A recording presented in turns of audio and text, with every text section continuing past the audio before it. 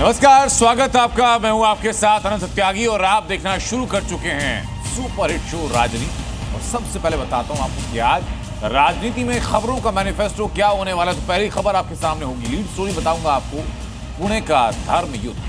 अचानक क्यों पुणे हिंसा का मैदान बन गया, उसकी इनसाइड स्टोरी मैं आज आपको बताने जा रहा हूं।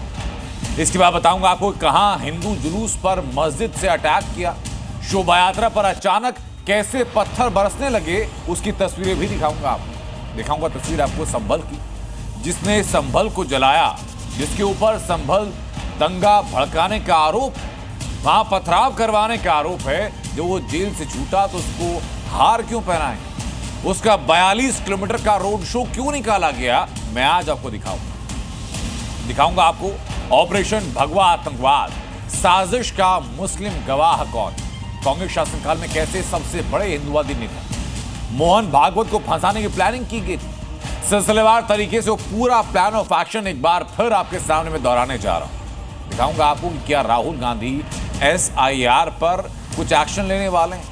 ये राहुल गांधी का और SIR एक्शन का संबंध क्या है, इसकी पूरी डिटेल में बताने जा रहा हूं आपको। और लास्ट सेगमेंट में दिखाऊंगा आपको बांग्लादेशी मॉडल लेकिन हिंदुस्तानी आधार, कट्टरपंथी साजिश के कैसे तार जुड़े हुए हैं, वो पूरा मोडस ऑपरेंडी आज आपके सामने होगा। लेकिन सबसे पहले बात आज की लीड स्टोरी की, उस तस्वीर की जो पुणे से आई।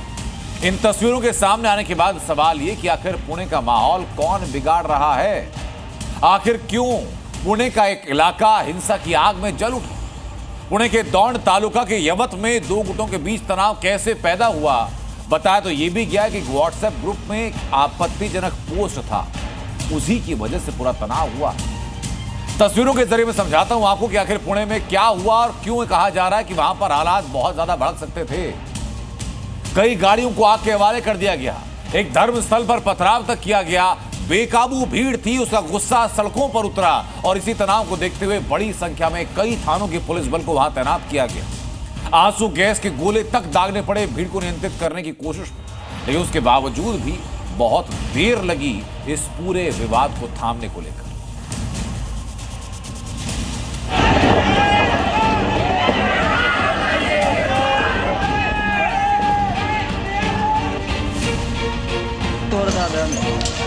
पथराव, आगजनी, तोड़फोड़,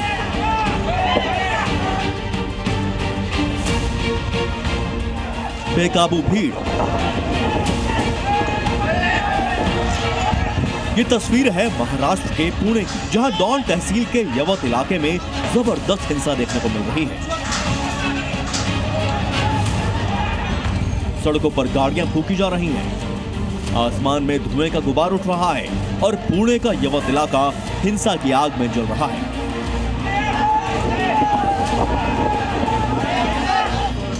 अब दूसरी तस्वीर देखिए। आपत्तिजनक पोस्ट के बाद तनाव इस कदर बढ़ा कि जिस युवक ने सोशल मीडिया पर आपत्तिजनक पोस्ट किया था, उसके घर प्रदर्शनकारियों की भीड़ जुट गई। हालांकि भीड़ को नियंत्रित करने के लिए पुलिस पूरी तरह से चौकस थी, लेकिन इस दौरान प्रदर्शनकारियों ने सड़कों पर कई गाड़ियों को आग लगा दी। युवाओं की भीड़ ने धार्मिक स्थल पर पथराव किया। इस बीच प्रदर्शनकारियों की पुलिस से भी झड़प हुई।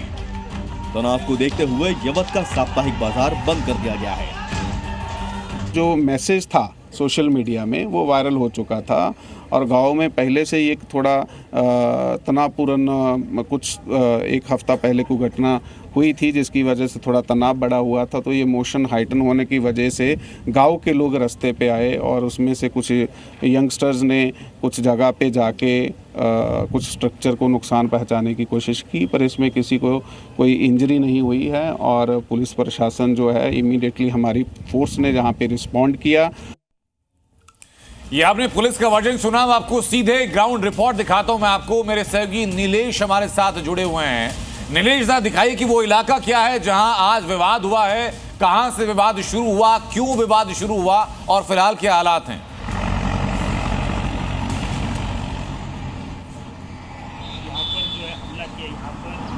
जी बिल्कुल, देखिए जो यहाँ पे जो विवाद हुआ था, जहाँ पे पत्थरबाजी हुई थी, उस गांव में मैं खड़ा हूँ। ये पुणे जिला का एवत नाम का एक गांव है। यहाँ पे सुबह और कल वैसे ही 2 हफ्ते से यहाँ पे तनावपूर्ण जनिक परिस्थिति थी, लेकिन जो कल और आज जो पत्थरबाजी हुई थी उसी जगह पे हूँ मैं। आज यहाँ पे पूरा मार्केट है वो अभी भी बंद हो चुका है।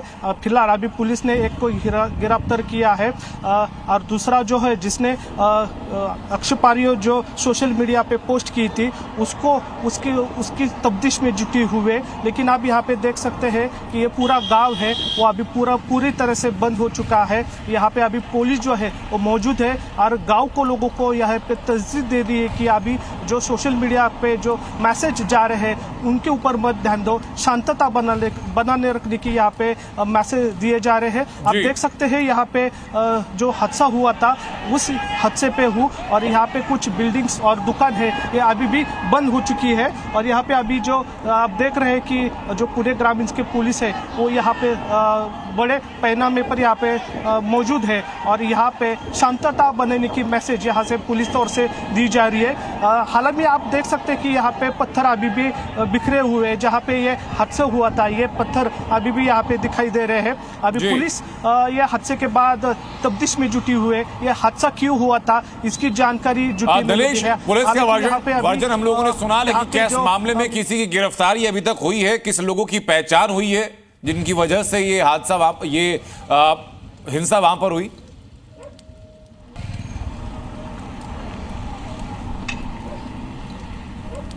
जी बिल्कुल, देखिए ये हादसा जो यहाँ पे पिछले हफ्ते से ही यहाँ पे विवाद का शुरू हुआ था। जिसने ये विवाद किया था उसको हिरासत में लिया है, लेकिन जो आज जिसने सोशल मीडिया पे एक पोस्ट वायरल की थी उसको हिरासत में नहीं लिया। उसके तफ्तीश में यहाँ पे पुलिस जुटी हुई है। लेकिन जिसने यहाँ पे जो एक लड़का था उसको हिरासत में लिया है। जो मेन रीजन बता जा रहा है कि उसके वजह से ही यहाँ का जो विवाद है। बिल्कुल नीलेश, बहुत शुक्रिया आपका तो जुड़ने के लिए। तो नीलेश, हमारे सहयोगी आपको इस वक्त ग्राउंड की तस्वीरें दिखा रहे हैं कि जहां हिंसा हुई, जहां ये पत्थरबाजी हुई, वहां फिलहाल क्या हाल है।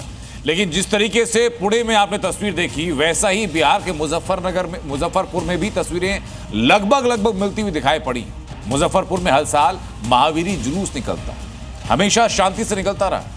इस बार उसी महावीरी जुलूस पर पत्थरों की बारिश की गई। एक बताया जा रहा है कि सोची समझी प्लानिंग के तहत मस्जिद के ऊपर से पत्थर फेंके गए और इसी पत्थरबाजी के बाद पूरे इलाके में तनाव।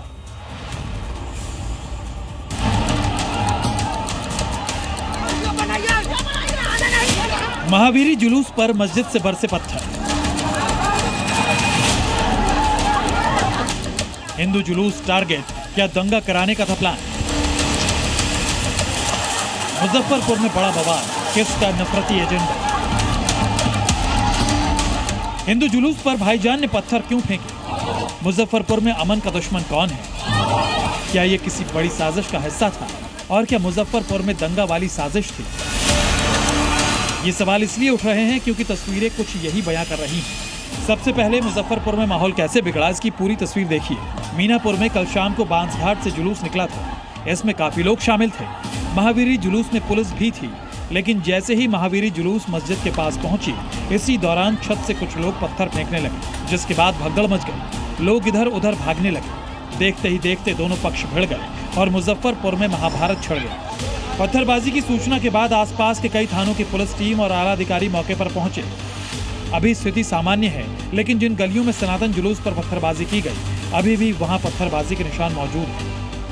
दो पक्षों में झड़प हुई थी, पथराव हुआ था। आपको हम दिखाते हैं, ये ईंटें देख लीजिए, ये ईंटा का टुकड़ा है, ये टुकड़ा देख लीजिए, ये इन टुकड़ों से हमला किया गया था। इसके अलावे आप देखेंगे कि यहाँ बड़े बड़े टुकड़े भी पड़े हुए हैं और इसी जगह पर, इसी तिराहे पर वो हंगामा हुआ था जब उधर से महावीरी जुलूस, जो कि सावन के सप्तमी को निकलता है, वो जब जुलूस यहाँ पर आ रही थी, उसी के बाद यहाँ पर हंगामा हुआ था क्योंकि सामने मस्जिद है। महावीरी जुलूस शांतिपूर्ण तरीके से निकाला जा रहा था, लेकिन जैसे ही जुलूस भाईजान के मोहल्ले के पास पहुंचा, कुछ अराजक तत्वों ने छतों से पत्थर फेंकने शुरू कर दिए। इससे भगदड़ मच गई और दोनों पक्षों के बीच तनाव भड़क गया।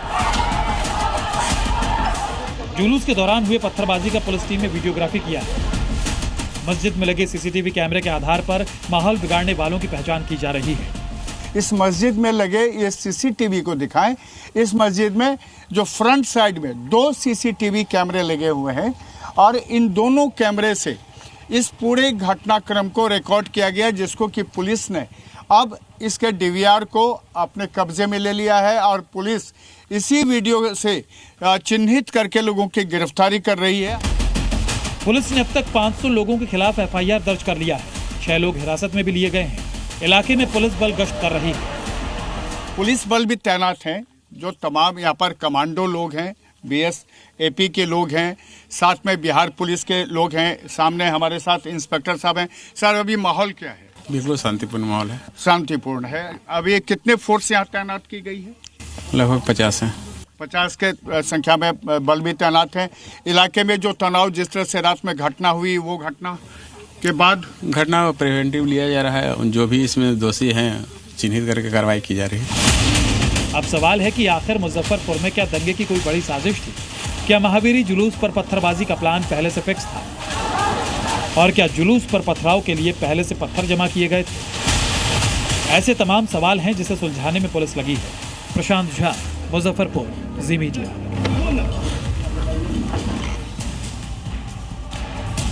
मुजफ्फरपुर में फिलहाल पुलिस बल पूरी तरीके से चौकस है। हालात नियंत्रण में बताए जा रहे हैं, लेकिन 31 जुलाई को महावीरी जुलूस के दौरान माहौल कैसे खराब हुआ था, ये आपको सुनना चाहिए वहां मौजूद लोगों से।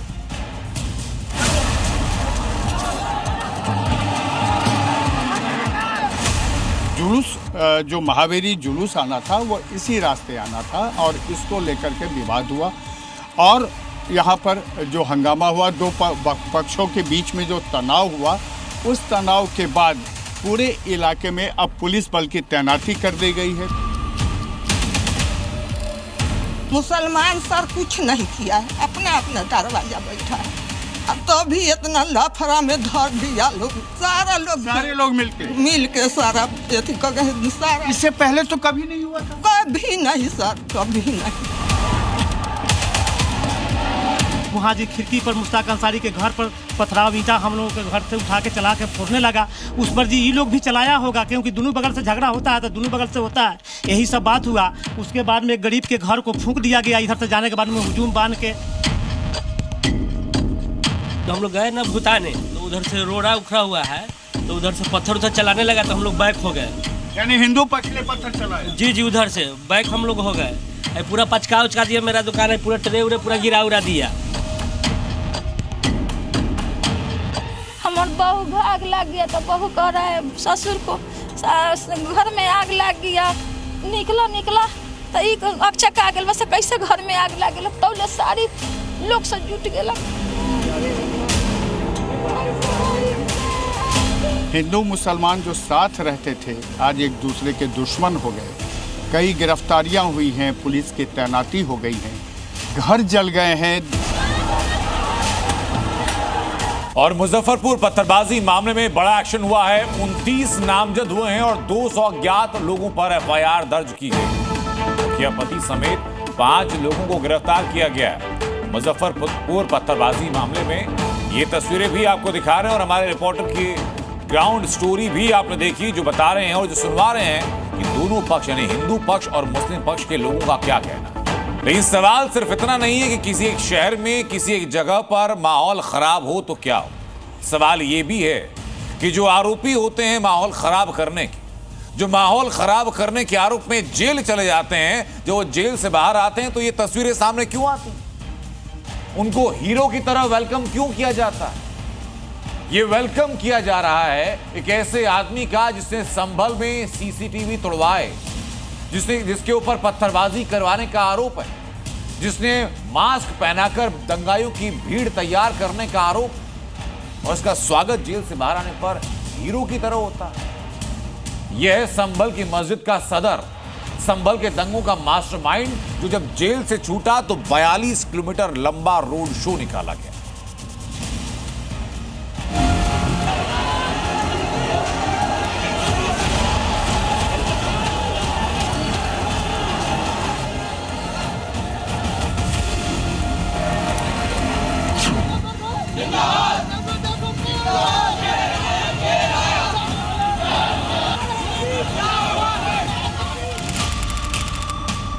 तारीख 24 नवंबर 2024, शाही जामा मस्जिद संभल, सुबह करीब 10 बजे। ये वो वक्त जब मस्जिद के बाहर सर्वे के दौरान हिंसा भड़की। पूरे मुस्लिम मोहल्ले में अराजकता फैल गई थी। हालात इतने बिगड़े थे कि पुलिस पर पत्थरबाजी की गई। पूरे इलाके में अफरा तफरी का माहौल था। पथराव, फायरिंग, आगजनी और जामा मस्जिद के आसपास चप्पे चप्पे पर संघर्ष था। जामा मस्जिद में सर्वे चल रहा था। उसी वक्त पहले आसपास के सीसीटीवी कैमरा तोड़े गए। चेहरे पर नकाब पहने उपद्रवियों ने सबूत मिटाए और फिर संभल को दंगे की आग में झोंक दिया। हर तरफ तबाही का मंजर था। पुलिस को संभलने का मौका तक ना मिला।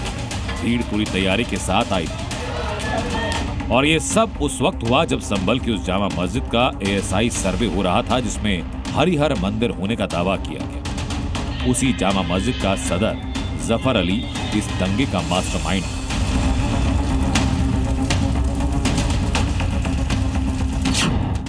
अब ये तस्वीर देखिए, गले में फूलों की माला, खुली कार में रोड शो और पीछे गाड़ियों का लंबा काफिला। हाथ हिलाकर ऐसे अभिवादन मानो कोई हीरो, लेकिन ये कोई अवार्ड विजेता नहीं। संभल दंगों का मास्टरमाइंड जफर अली है। जामा मस्जिद के जिस सदर को पुलिस ने दंगा भड़काने, शहर को आग में झोंकने और माहौल बिगाड़ने के आरोप में जेल भेजा, आज उसी को नायक बनाकर पेश किया जा रहा है। जेल से बाहर आते ही जफर अली जिंदाबाद के नारे लगे, कंधों पर उठाया गया, फूलों से लादा गया, आतिशबाजी की गई और फिर 42 किलोमीटर लंबा रोड शो निकाला गया। सही सुन रहे हैं आप, 42 किलोमीटर का रोड शो।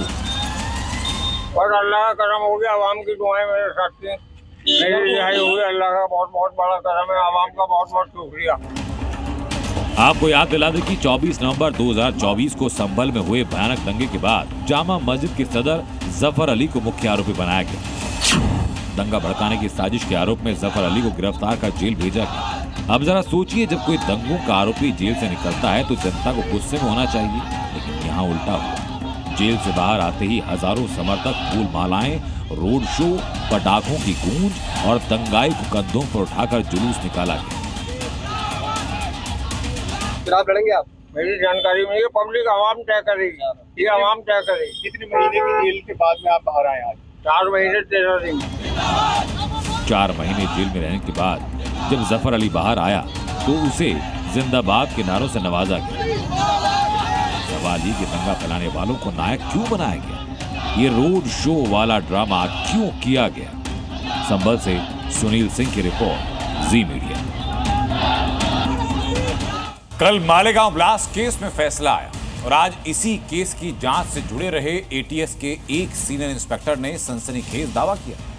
और दावा यह कि देश के सबसे राष्ट्रवादी आवाज को आतंकवादी बनाकर के सलाखों के पीछे डालने की साजिश थी। ऑफिसर का नाम है महबूब मुजावर।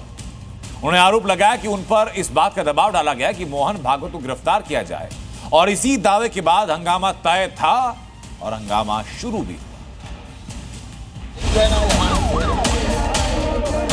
गिरफ्तार में उठा के नाम बोले थे।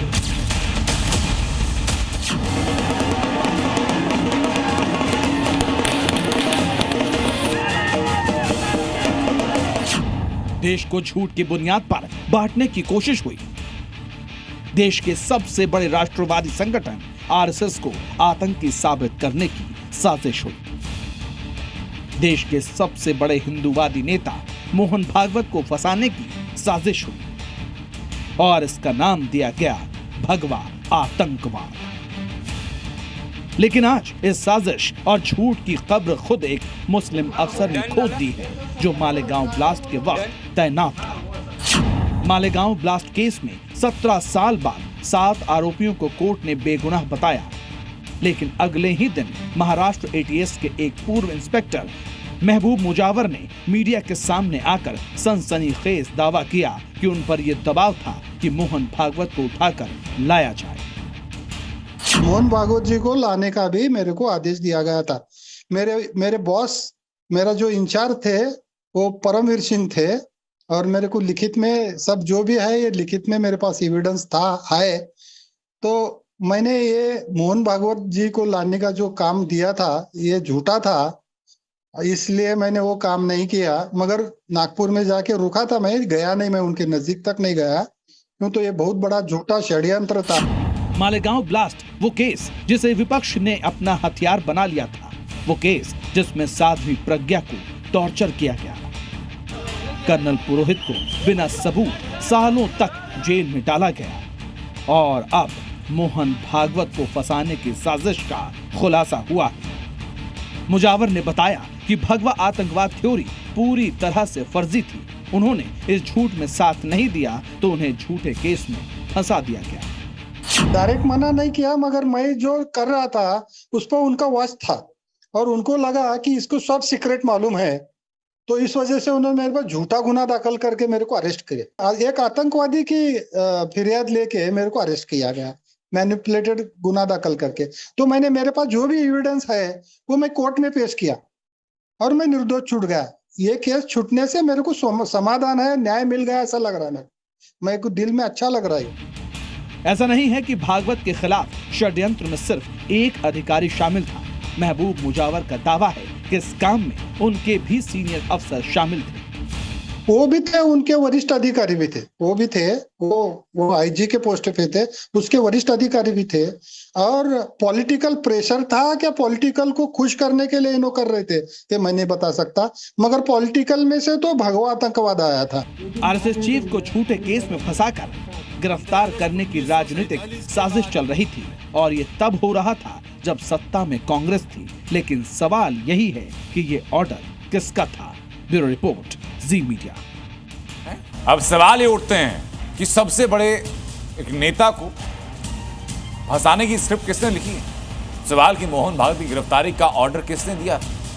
क्या भगवा आतंकवाद का नैरेटिव वोट बैंक का हिस्सा था? क्या सत्ता में बैठे लोगों ने हिंदू पहचान को आतंकवाद बनाना चाहा? क्या जांच करने वाले ईमानदार अफसरों को हटा दिया गया? ये सारे सवाल हैं जो जहन में उठने बहुत लाजमी भी हैं इस खुलासे के बाद कि मोहन भागवत को जानबूझकर फंसा करके गिरफ्तार करने का प्रेशर बनवाया जा रहा था। लेकिन सनातन पर कांग्रेस के बयानों की बौछार लगातार जारी है। हिंदू आतंकवाद का राग कांग्रेस ने फिर अलापा है। अब फिर सवाल उठता है कि जो थ्योरी को खारिज किया जा चुका है जनता के द्वारा, उसके बाद एनआईए कोर्ट के द्वारा, वही नैरेटिव बार बार क्या तुष्टीकरण की तरह अपनाया जा रहा है? कैमरे के अंदर तुम जरा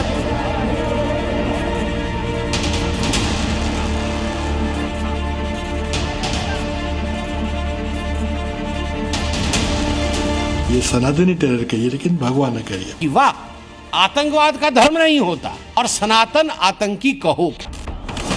17 साल पहले मालेगांव ब्लास्ट के बाद एक शब्द गढ़ा गया, भगवा आतंकवाद, और फिर उस शब्द के इर्द गिर्द बुना गया एक फर्जी नैरेटिव जिसका मकसद था सनातन पर दाग लगाना। कांग्रेस ने जिस भगवा आतंकवाद का जिक्र किया वो महज एक राजनीतिक हथकंडा था। लेकिन अब जब ये साबित हो चुका है कि भगवा आतंक पर फेक एजेंडा चलाया गया था, फिर भी कांग्रेस को हिंदू आतंकी ही नजर क्यों आ रहे हैं? ये भगवा कहना तो गलत है, ये तो सब पॉलिटिकल पार्टीज ने तो अपना लिया है और भगवा नाम दिया है, तो वो गलत है। अगर आपको किसी धर्म का नाम लेना तो हिंदू टेरर कहिए, हिंदू फंडामेंटलिस्ट टेरर कहिए, सनातनी टेरर कहिए, लेकिन भगवा न करिए। ये बयान सिर्फ बयान नहीं, हिंदू आस्था पर हमला है, सनातन के खिलाफ जहर है। क्या आप कांग्रेस के लिए हिंदू आतंकी हैं, या ये सिर्फ और सिर्फ तुष्टीकरण की सियासी स्क्रिप्ट है? क्योंकि मालेगांव ब्लास्ट में जिस संस्था और जिन संतों पर आरोप लगाए गए उन्हें कोर्ट ने क्लीन चिट दे दी, लेकिन कांग्रेस अब हिंदू टेरर कहकर अपने एजेंडे को फिर से हवा दे रही है। एक पर्टिकुलर धर्म के लोग आतंकवादी नहीं है। मैं विनम्रता से कहना चाहूंगा, उनको याद दिलाना चाहूंगा कि स्वतंत्र भारत की पहली आतंकवादी कार्रवाई ये नथुराम गोडसे ने की थी। महात्मा गांधी की हत्या की थी। नथुराम गोडसे कौन से धर्म का व्यक्ति था? क्या उसने महात्मा गांधी को गोली मारने से अपना धर्म परिवर्तन कर लिया था? गजब की दलील है। भगवा आतंक नहीं, हिंदू टेरर। सवाल यह है कि आखिर कांग्रेस के लिए हिंदू आतंकी क्यों है? और जब जी न्यूज ने यह सवाल कांग्रेस नेता पृथ्वीराज चौहान से पूछा तो उनका जवाब भी सुन लीजिए। मैंने सिर्फ ये कहा था कि भगवा मत कहिए। अच्छा, आप सनातन पे आइए, आप सनातन पे आइए। मैं जरा ध्यान से सुनिए मैं क्या कह रहा हूँ।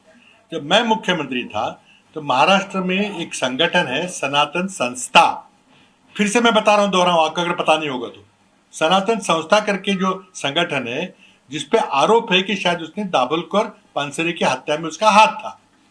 और महाराष्ट्र पुलिस में मुझे बहुत सारी जानकारी दी कि ये संस्था की कार्रवाई देश विरोधी है। अब बीजेपी कांग्रेस को कटघरे में खड़ा कर रही है, साथ ही आतंकवाद पर कांग्रेस के दोहरे चरित्र पर सवाल भी उठा रही है। वो अपने वोट बैंक को साध सके और तुष्टीकरण की राजनीति को आगे बढ़ा सके। पृथ्वीराज चौहान कहते हैं आतंकवाद का धर्म तो नहीं होता है, कहना ही है तो आप कहो हिंदू आतंकी। आतंकवाद का धर्म नहीं होता, मगर हिंदू आतंकी और सनातन आतंकी कहो, कहना ही है। कांग्रेस पार्टी को, राहुल गांधी, चिदंबरम व दिग्विजय को सनातन और हिंदुओं को बदनाम करने के लिए सार्वजनिक माफी मांगनी चाहिए। पूरी की पूरी कांग्रेस पार्टी को माफी मांगनी चाहिए। भगवा आतंकवाद पर अभी सियासत बाकी है। जब तक कांग्रेस नेता ऐसे मुद्दों पर बयानवीर बनते फिरेंगे, बीजेपी कांग्रेस की ऐसी ही गलतियों के सहारे सत्ता की सीढ़ियां चढ़ती रहेगी। ब्यूरो रिपोर्ट, जी मीडिया। और बात असम बॉर्डर पर सीएम हेमंत बिस्वा शर्मा के बुलडोजर एक्शन। नागालैंड की सीमा से सटे इलाके में 11,000 बीघा जमीन पर अवैध कब्जा था। जैसे पता चला, बुलडोजर एक्शन हुआ और हजारों एकड़ की अवैध जमीन से कब्जे को हटा दिया।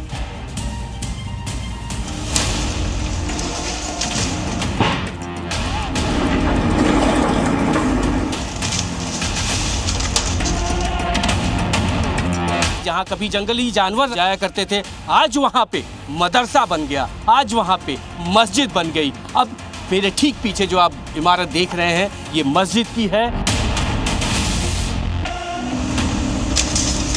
असम के बॉर्डर पर हिमंता का बुलडोजर, जंगल में बना मिनी बांग्लादेश जमींदोज। हिमंता का पीला पंजा अवैध मस्जिद और मजारों को मिट्टी में मिला रहा है। सरकारी जमीन पर मियां भाई के अतिक्रमण और कब्जे पर यह सबसे बड़ा एक्शन है। हिमंता सरकार पिछले 3 दिनों से असम नागालैंड बॉर्डर पर 500 एकड़ में फैले रेगमा जंगल में कार्रवाई कर रही है। इस दौरान 12 गांव में करीब 2,500 अवैध मकान हटाए जाने हैं। यहां करीब 11,000 बीघा जमीन पर सालों से दर्जनों छोटी बड़ी बस्तियां बनी हुई हैं। मगर जैसे ही हिमंता फोर्स का बुलडोजर आगे बढ़ा, वहां एक बड़ा मदरसा और मस्जिद मिला। इसे भी सरकारी जमीन पर कब्जा करके अवैध रूप से बनाया गया था। घने जंगलों के बीचों बीच मौजूद हूं मैं, और बीचों बीच नहीं बल्कि आखिरी छोर पे, जहां से नागालैंड कुछ दूरी पर जाने पर शुरू हो जाता है। और वही सी उसी जंगल में जहां कभी हाथी जाया करते थे, जहां कभी जंगली जानवर जाया करते थे, आज वहां पे मदरसा बन गया, आज वहां पे मस्जिद बन गई। अब मेरे ठीक पीछे जो आप इमारत देख रहे हैं, ये मस्जिद की है। जिस जगह पर यह अवैध मस्जिद और मदरसा था, उससे नागालैंड की सीमा महज 2 किलोमीटर है। जी न्यूज की टीम जब इस मस्जिद के अंदर दाखिल हुई तो कई इस्लामिक साहित्य और पैसे के हिसाब किताब वाली रसीद मिली, जिसमें उर्दू में लिखा था। अगर आप ये किताब देखें, यहाँ पर बुक्स भी हैं, हालांकि उर्दू भाषा में लिखा है।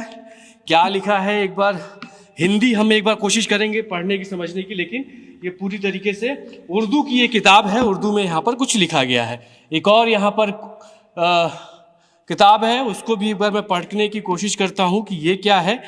लेकिन यहाँ भी जो भाषा है, बांग्ला भाषा में लिखा हुआ है। अब ये बांग्ला भाषा है, उर्दू भाषा है, असमी भाषा है, कौन सी भाषा है या बांग्लादेशी भाषा है, ये समझना मुश्किल है। ये रसीद की तस्वीरें अगर आप देखें तो ये भी इसी भाषा में, यहाँ की लोकल लैंग्वेज में ये सारी चीज़ें लिखी गई हैं।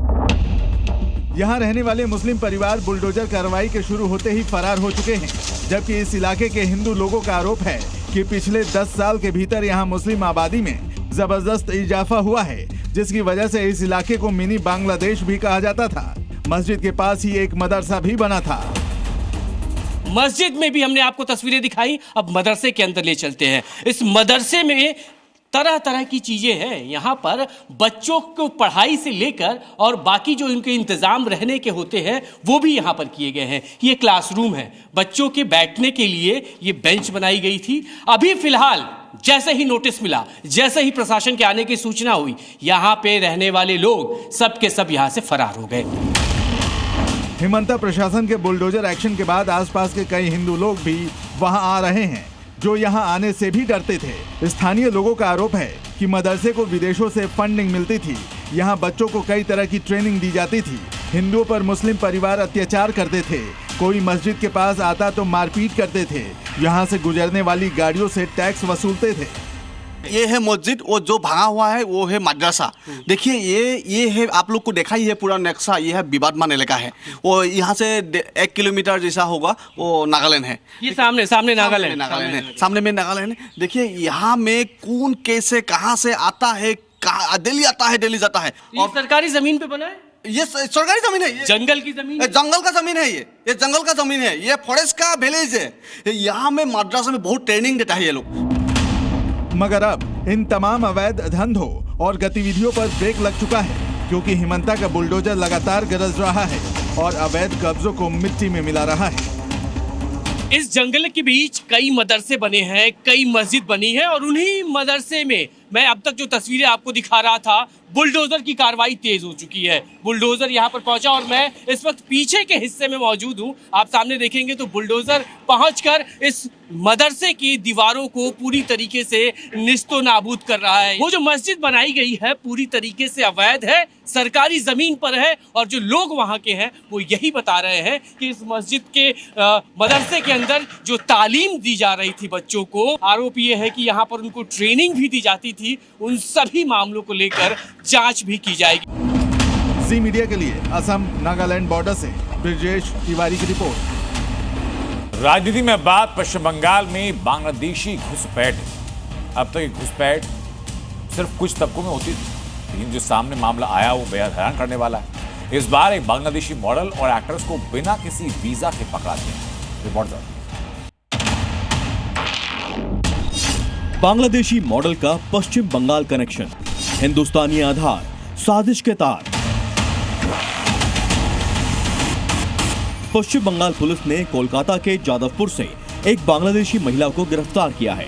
इसका नाम शांता पॉल है, जो बांग्लादेश में मॉडल और एक्ट्रेस रह चुकी है। बंगाल पुलिस ने इस एक्ट्रेस को लेकर जो खुलासा किया है उसने सबको हैरत में डाल दिया है, क्योंकि शांता पॉल के पास वीजा नहीं था, लेकिन भारत के आधार कार्ड, वोटर आईडी और राशन कार्ड सब कुछ थे, जिसे देखकर पुलिस भी दंग रह गई। बांग्लादेशी मॉडल और एक्ट्रेस शांता पॉल जादवपुर के जिस घर में पिछले 2 साल से रह रही थी, पुलिस ने काफी देर तक वहां की तलाशी ली, जहां उसके नाम से बांग्लादेशी पासपोर्ट बरामद हुए। बांग्लादेश में माध्यमिक परीक्षा के भी दस्तावेज बरामद हुए। इसके अलावा आधार कार्ड, भारत का वोटर कार्ड, राशन कार्ड समेत जादवपुर में कई ठिकानों का भी पता चला है। शांता पॉल से पूछताछ के दौरान कोलकाता पुलिस को एक बांग्लादेशी युवक का भी सुराग मिला है, जिसका नाम सुमन चंद्रशील बताया जा रहा है। सूत्रों के मुताबिक सुमन के आधार कार्ड में जिस ठिकाने का जिक्र है वो कोलकाता के दक्षिण बेहाला का इलाका है, मगर पुलिस जब उस जगह पहुंची तो सुमन वहां नहीं था। आधार कार्ड, रेशन कार्ड, लाइसेंस से लेके जितनी भी भारत की परिचय पत्र है उन्होंने बना लिया था। अब उनके जो फ्लैट है जादवपुर एरिया में, उस फ्लैट के अंदर से एक लिफलेट मिला है पुलिस को, जहां पे लिखा हुआ है कि ऑनलाइन में पासपोर्ट, वीजा से लेके रेशन कार्ड, आधार कार्ड, पैन कार्ड सब कुछ बनाया जा सकता है। वहीं कोलकाता पुलिस ने शांता को अदालत में भी पेश किया। शांता ने मॉडलिंग से ग्लैमर वर्ल्ड में कदम रखा। 2019 में मिस एशिया ग्लोबल में हिस्सा लिया, मिस ब्यूटीफुल आइज का खिताब जीता, कई इंटरनेशनल फैशन शोज किए, कई टीवी कमर्शियल कर चुकी हैं। बंगाली फिल्मों का भी फेमस नाम है। टीवी शो सिने हिट्स भी होस्ट किया। सवाल यह उठता है कि आखिर एक बांग्लादेशी महिला जो ग्लैमर वर्ल्ड का इतना बड़ा नाम है, वो बंगाली फिल्म और टीवी शो कैसे कर रही है, वो भी बिना किसी वीजा और जरूरी कागजात के। यूं तो देश के कई हिस्सों में बांग्लादेशी अवैध तरीके से रह रहे हैं और उन पर लगातार एक्शन भी हो रहा है। कोलकाता से प्याली मित्रा के साथ ब्यूरो रिपोर्ट, जी मीडिया। अब मैं आपको आगरा की तस्वीर दिखाता हूं। आगरा उत्तर प्रदेश के टॉप 10 शहरों में है। यूपी का दूसरा सबसे क्लीन सिटी का खिताब ले चुका है, लेकिन आगरा को स्मार्ट सिटी के रूप में डेवलप करने का दावा भी किया गया। जाने कितने 100 करोड़ रुपए खर्च किए गए, लेकिन एक बारिश आगरा की ये तस्वीर सामने रखती है और सारे दावों को झुठला देती है। सरकार ने आगरा को स्मार्ट सिटी के रूप में डेवलप करने के लिए चुना था। सैकड़ों करोड़ रुपए खर्च करने के बाद आगरा स्मार्ट सिटी का हाल कैसा है? कुछ घंटों की बारिश के बाद जो तस्वीरें सामने आई हैं, वो सरकारी दावों और प्रशासन के कामों की पोल खोल रही हैं। बाजार, गली, सड़क, चौक चौराहा सब जगह पानी भरा हुआ है। सड़कों पर इतना पानी भरा हुआ है कि बच्चे तैर रहे हैं। पानी में बच्चों के खेलने की कई तस्वीरें वायरल हो रही हैं। बच्चे तैर रहे हैं, पास से ही कार और बाइक गुजर रही हैं। सोचिए कि सड़क पर बच्चे तैर रहे हैं, लेकिन प्रशासन गायब है। हादसे को न्योता देती इन तस्वीरों की कोई सुन लेने वाला नहीं दिख रहा है। इन तस्वीरों में देखिए, सड़क पर तैरते बच्चों के बीच से कार गुजर रही है, लेकिन इनको रोकने वाला कोई नहीं है। थोड़ी सी चूक जिंदगी पर भारी पड़ सकती है। सीवर सफाई और बरसात से पहले लापरवाही का नतीजा अब शहर के लोग भुगत रहे हैं। ऐसे हालात में भी प्रशासन नदारद दिख रहा है।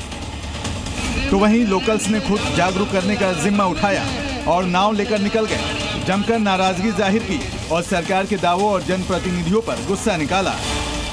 आगरा के इस बाजार की तस्वीरें देखिए। चौराहे पर ही हालात ऐसे हो गए हैं कि बाइक स्कूटी धकेल कर ले जाना पड़ रहा है। पूरा बाजार डूबा हुआ है। लोग घरों और दुकानों में कैद होकर पानी कम होने का इंतजार कर रहे हैं। आगरा की अधिकतर सड़कें जलमग्न हो गई हैं। अंडरपास में पानी भरने से गाड़ियां डूबी हुई हैं। कई घंटों के बाद भी पानी कम नहीं हुआ, जिससे लोगों को अंडरपास से गुजरने के लिए बैलगाड़ी का सहारा लेना पड़ा। बारिश ने शहर को तालाब बना दिया है, तो वहीं बाहरी और ग्रामीण इलाकों में चंबल नदी का रौद्र रूप लोगों को डराने लगा है। कोटा बैराज से पानी छोड़े जाने के बाद खतरे के निशान से 4 मीटर ऊपर बह रही चंबल का पानी कई गांवों में घुस चुका है। दर्जनों गांवों को अपनी चपेट में ले लिया है। ब्यूरो रिपोर्ट, जी मीडिया। पहाड़ों से मैदान तक बारिश ने कहर मचाया। कहीं जिंदगी घरों में कैद है, तो कहीं बाहर निकलने पर लोग हादसे का शिकार हुए। और ये सिर्फ एक जगह, एक राज्य या एक दिशा की रिपोर्ट नहीं, बल्कि देश के कई राज्य ऐसे ही सैलाब की चपेट में हैं।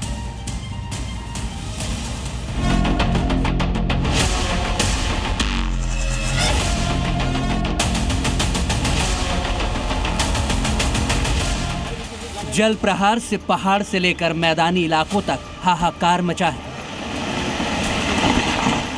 आसमानी आफत से लोग त्राहिमाम कर रहे हैं। कहीं डैम ओवरफ्लो कर रहा है, कहीं नदियों का रौद्र रूप लोगों का घर बहा ले जा रहा है। जहां तक निगाह जा रही है, वहां तक सिर्फ पानी ही पानी नजर आ रहा है। हिमाचल के मंडी में एक बार फिर आसमानी आफत का कहर जारी है। बारिश के चलते कैंची मोड़ के पास भारी लैंडस्लाइड में एक वाहन चपेट में आ गया, जिससे ड्राइवर घायल हो गया। फिलहाल हाईवे को बंद कर दिया गया है और कई गांवों का संपर्क भी टूट गया है। कुल्लू के धुंधी में सड़क धंसने से मनाली लेह मार्ग पर सैकड़ों ट्रक फंस गए, जिससे लोकल लेवल पर सप्लाई बाधित हुई है। लोगों को परेशानियों का सामना करना पड़ रहा है। अहमदाबाद में बारिश तो थम गई, लेकिन मुसीबतें कम होने के बजाय बढ़ती गई। ग्रामीण इलाकों में पानी भरने से लोग परेशान हैं। हजारों की आबादी का जनजीवन अस्त व्यस्त हो चुका है। पानी भरने की वजह से वाहनों का आवागमन भी ठप पड़ गया है। राजस्थान के कई इलाकों में पिछले कई दिनों से हो रही बारिश से जनजीवन पूरी तरह प्रभावित है। बारिश का लोगों की रोजमर्रा की जिंदगी पर भी असर पड़ रहा है। बच्चों को स्कूल जाने में काफी दिक्कतें हो रही हैं। रेनवाल समेत आसपास के ग्रामीण इलाकों में बारिश लोगों के लिए आफत बन गई है। बाढ़ बारिश से मध्य प्रदेश का भी हाल बेहाल है। नरसिंहपुर जिले के तेंदुखेड़ा तहसील में बारिश ने ऐसा कहर बरपाया कि घरों में सैलाब आ गया। निकासी नहीं होने की वजह से घरों में घुटनों तक पानी भर गया है। इतना ही नहीं, घरों में रखा अनाज और खाने पीने का सामान भी पानी से खराब हो चुका है। ग्रामीणों ने सरकार से सर्वे कराकर मुआवजे की मांग की है। वही बता दें कि लगातार बारिश के चलते लोगों का जनजीवन प्रभावित हो चुका है। यहाँ पर घर में रखा सारा सामान खराब हो गया है। वही जो अनाज के बोरे रखे हुए थे वो भी पानी में भीग कर पूरे नष्ट हो चुके हैं। वही बड़ी ग्रामीण बताते हैं कि शासन प्रशासन द्वारा किसी प्रकार की सुविधा उपलब्ध नहीं कराई गई है, जिसके कारण लोगों में आक्रोश भी देखा जा रहा है। राजस्थान के श्रीगंगानगर के हाल भी बारिश ने बिगाड़ दिए। मूसलाधार बारिश से कई इलाकों में पानी भर गया। लोगों के घरों तक पानी घुस चुका है। गलियां लबालब हो गई। हालांकि बीते दिनों मौसम विभाग ने बारिश को लेकर अलर्ट जारी किया था। आसमानी आफत की वजह से आधा हिंदुस्तान परेशान है। मैदानी इलाकों में जलतांडव से लोग त्राहिमाम कर रहे हैं। खेती की जमीन, सड़कें और यहाँ तक कि घर भी पानी में डूब गए हैं। कुछ जगहों पर लोग घरों में कैद हो गए हैं और बेबस नजर आ रहे हैं। ब्यूरो रिपोर्ट, जी मीडिया। उधर बिहार में चुनाव आयोग ने मतदाता विशेष गहन पुनरीक्षण यानी SIR को लेकर राजनीति जारी है और इसी राजनीति के बीच में आज इसका ड्राफ्ट जारी कर दिया गया। ड्राफ्ट के जारी होने के बाद राहुल गांधी ने चुनाव आयोग पर जमकर निशाना साधा। चुनाव आयोग को सीधी सीधी धमकी दी, जिसके बाद एक बार फिर संग्राम शुरू हुआ।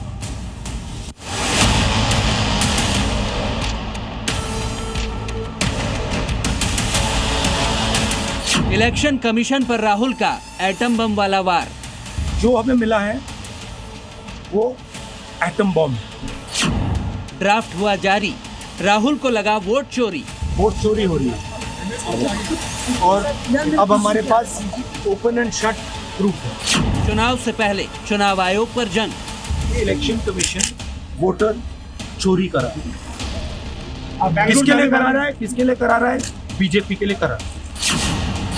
चुनाव आयोग ने बिहार में वोटर लिस्ट का पहला ड्राफ्ट जारी कर दिया है, लेकिन ड्राफ्ट के जारी होते ही चुनाव आयोग राहुल गांधी के निशाने पर आ गया। राहुल गांधी ने दावा किया कि उनके पास कुछ ऐसा है और जब वो फटेगा तो एक एटम बम की तरह फटेगा और चुनाव आयोग कहीं नहीं दिखेगा। स्टेट लेवल पे हमें लगा कि यहाँ पे चोरी हुई है। वोटर एडिशन हुआ था, 1 करोड़ वोटर्स ऐड हुए थे। फिर हम थोड़ा डिटेल में गए। हमने कहा देखो अब इलेक्शन कमीशन तो मदद नहीं कर रहा है, तो थोड़ी ग्रैन्युलैरिटी में जाना है, गहराई में जाना है। तो हमने अपना ही इन्वेस्टिगेशन करवाया।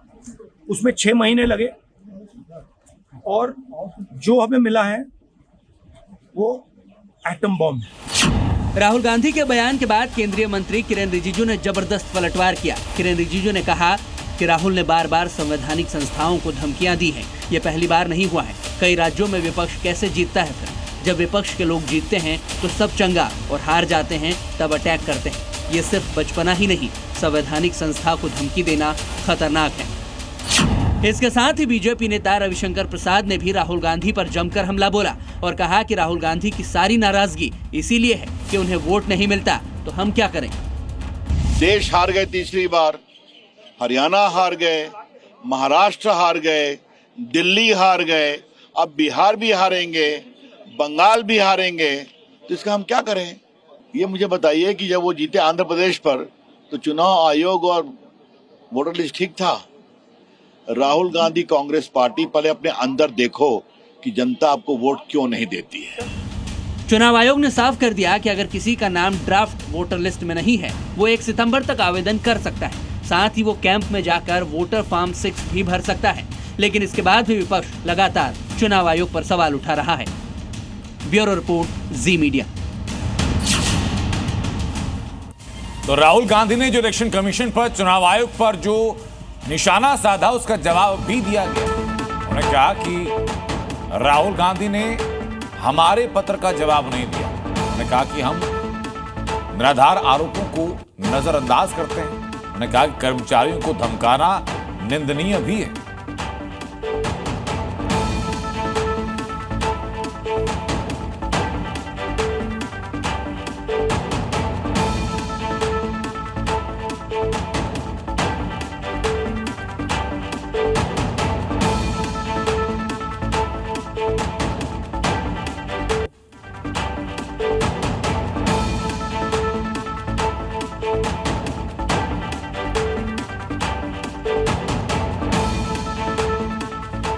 और आगे आपको दिखाते हैं कि बलूचिस्तान में इस वक्त हालात क्या हैं। पाकिस्तान की आर्मी बलूचिस्तान में लगातार घुसने की कोशिश करती है। दावा यह किया जाता है कि बलूचों के भले के लिए, लेकिन हकीकत यह है कि बलूचिस्तान के लोग पाकिस्तान की सेना को, आसिम मुनीर को, किसी को स्वीकार करने को तैयार नहीं। और इसी के लिए जिस समय यूएस पाकिस्तान की ट्रेड डील की बात हो रही है, बलूचिस्तान में विद्रोह की आग सुलग रही है।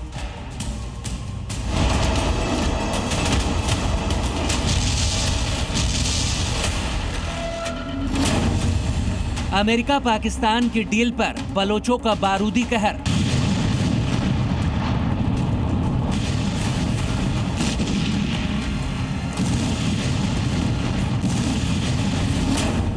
जैसे पाक को पीट रहे वैसे ही अमेरिका पीटेगा। बलोच लड़ाकों की चेतावनी, बलूचिस्तान बिकाऊ नहीं। ट्रंप का एक फैसला अमेरिका को कितना बर्बाद कर सकता है, शायद इस बात का अंदाजा डोनाल्ड ट्रंप को भी नहीं है। अगर होता तो खुद को व्यापारिक राष्ट्रपति दिखाने वाले डोनाल्ड ट्रंप पाकिस्तान से बिजनेस बढ़ाने की उम्मीद न करते, क्योंकि बलूचिस्तान के लड़ाकों ने साफ कर दिया है कि अगर किसी ने तेल भंडारण को छूने की कोशिश की तो उसका अंजाम वही होगा जो पाकिस्तान की फौज का हो रहा है। बलूचिस्तान के लड़ाकों ने ये साफ कर दिया है कि ट्रंप जैसे शहबाज को धमका रहे और अपने मन की कर रहे हैं, वैसे बलूचिस्तान के साथ नहीं कर सकते, क्योंकि बलूचिस्तान के लोग अपनी लड़ाई लड़ना जानते हैं, जिसके बारे में फील्ड मार्शल मुनीर की फौज अच्छे से बता सकती है।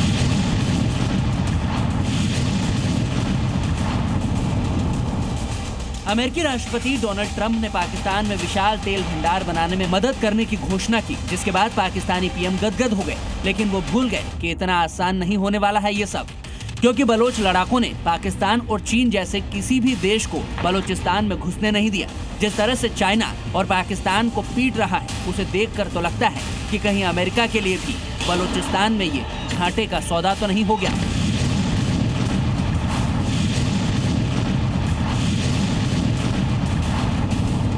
वहीं दूसरी ओर बलोच मानवाधिकार कार्यकर्ता मीर यार बलूच ने ट्रंप को पत्र लिखकर चेताया है। मीर यार बलूच ने कहा, इस्लामाबाद के सैन्य नेतृत्व ने अमेरिका को पाकिस्तान के संसाधनों, वास्तविक भूगोल और स्वामित्व को लेकर गुमराह किया है। सारे खनिज बलूचिस्तान गणराज्य के हैं, जो ऐतिहासिक तौर पर एक संप्रभु राष्ट्र है और वर्तमान में पाकिस्तान के अवैध कब्जे में है। ये दावा है कि ये संसाधन पाकिस्तान के हैं न केवल झूठा है, बल्कि ये राजनीतिक और वित्तीय लाभ के लिए बलूचिस्तान की संपत्ति का दुरुपयोग करने का एक जानबूझकर किया गया प्रयास है। बलोच लड़ाकों और नेताओं की बातों से तो साफ हो गया है कि बलूचिस्तान में अमेरिका के लिए तेल भंडारण का खनन आसान नहीं होने वाला, क्योंकि चीन पाकिस्तान को यहाँ पर भारी नुकसान उठाना पड़ा है। ऐसे में ये देखकर लगता है कि कहीं अमेरिका के लिए भी ये सौदा घाटे का न पड़ जाए। ब्यूरो रिपोर्ट, जी मीडिया। और इस बीच बड़ी खबर, बुलंदशहर हिंसा मामले में कोर्ट ने फैसला दिया। इंस्पेक्टर सुबोध हत्याकांड में 5 लोगों को उम्र कैद की सजा दी गई। 33 आरोपियों को 7-7 साल की सजा दी गई। 3 दिसंबर 2018 को हिंसा हुई थी। भीड़ ने चौकी को जला दिया था, दर्जनों वाहन जलाए गए थे। इसमें 33 आरोपियों को 7-7 साल की सजा कोर्ट ने दी।